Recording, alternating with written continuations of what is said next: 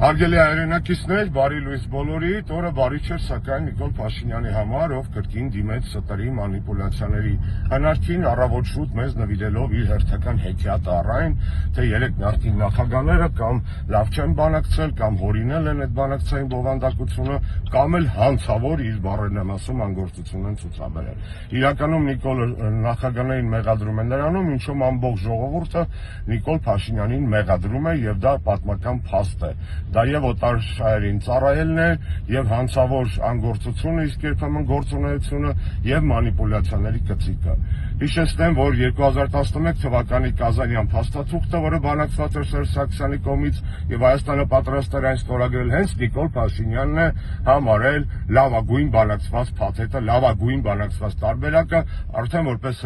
ոչ բարով վարչապետ ազգային ժողովի ամբիոնից։ Ինչ վերաբերում է, որ հարցը ձգձգվում է դե լուծեիք, ապա օրինակ բերեմ ձեզ, Իսրայելի այսօրվա վարչապետը կարա ասի 80 տարի հարցը չեք լուծել Պաղեստինի, ես հանձնվում եմ, կամ Կիպրոսի ժողովուրդը կարա ասի, որ 52 տարի է այդ հարցը չի լուծվել, մենք հանձնվում ենք։ Նախագահները լուծում էին այդ հարցը, ուժեղացնելով բանակը եւ Հայաստանի դիրքերը ամրացնելով բանակցային սեղանին, այն ինչ քանդեց հետո Նիկոլ Փաշինյանը։ Չխաբվեք Նիկոլի ՍՏՐ-ին, լավ շաբաթ բոլորիս։